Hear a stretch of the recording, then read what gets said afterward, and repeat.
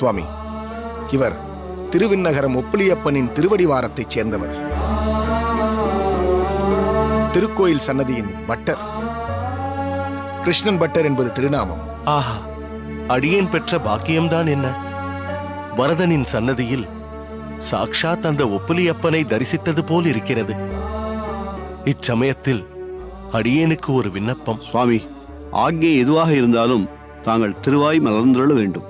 ஒப்புலியப்பனை பற்றி ஆழ்வார் மங்களாசாசனம் செய்து பாடி அருளிய தமிழ் வேத பாசுரம் 1-2 அடியேன் செவி குளிரும்படி சாதித்தருள வேண்டும். அப்படியே செய்கிறேன் சுவாமி.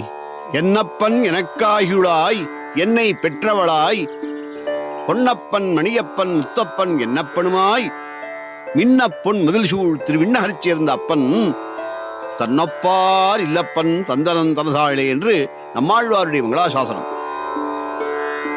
இதன் அர்த்த விசேஷத்தையும் நீரே சேவியும். இந்த பாசுரத்தினுடைய பொருள், எனக்கு தந்தையும் வளர்த்த தாயும் பெற்ற தாயுமாகி பொன் போன்ற தன் அழகை காட்டியவனாய், அதிலும் மிக்க ஒளியுடைய ரத்னம் போன்ற தன் சுடரை தோற்றுவிப்பவனாய், நீர்மையாலும் குளிர்ச்சியாலும் அதிலும் சிறந்த முத்து போன்ற தன் தனித்தன்மையை காட்டுபவனாய், இப்படியும் பல்வகையாகவும் காட்சி தந்து பேருதவிகள் செய்த எம்பெருமான் பொன்மதில்களால் சுழப்பட்டு திருவிண்ணகரின் அந்த ஸ்தலத்திலே தன்னொப்பார் இல்லப்பனாக தன் திருவடி நிழலில் என்னை காத்து ரட்சிக்கும் அருளாளராக காட்சியளிக்கிறார் என்று நம்மாழ்வார் இங்கே மங்களாசாசனம் செய்கிறார்.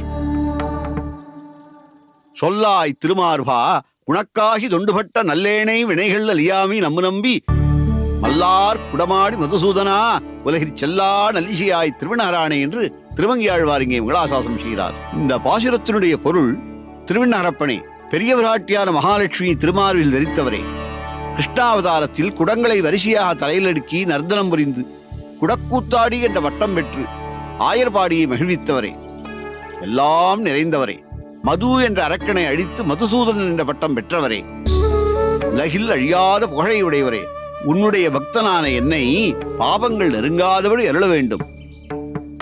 என் முன்வினைகளை போக்கி நான் என்றும் மகிழ்வுடன் இருக்க தங்கள் திருவடி துணை வேண்டும் என்று திருமங்கியாழ்வார் இங்கே மங்களாசாசனம் செய்கிறார். ஆஹா, தெவிட்டாத தேனமுது நீ சாதித்த பாசுரங்கள் திருமங்கை ஆழ்வார் தான் வந்து தரிசித்த திவ்ய தேசத்தில் அந்த பெருமானின் திருவுருவத்தில் மற்ற எம்பெருமான்களை கண்டது போல் பாசுரமிடுவார்.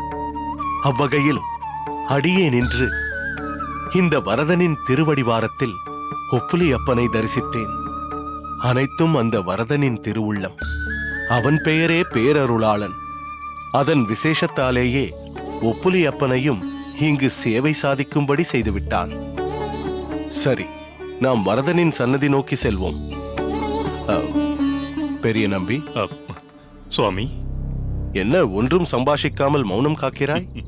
தங்கள் திருவாக்காலும் இந்த வைணவ அடியாரின் திருவாயாலும் தெரிவிக்கப்பட்ட பல அரிய விஷயங்களை மனதால் பருகிய அடியேன் பிரமிப்பிலிருந்து இன்னும் விடுபடவில்லை. பெரிய நம்பி, நீ மற்றும் ஒரு சொல்லின் செல்வன். சரி, சன்னதியில் வரதன் எனும் பெரிய பிரமிப்பு நின்றபடி காத்திருக்கிறது. அவனை சென்று தரிசிப்போம். வாருங்கள்.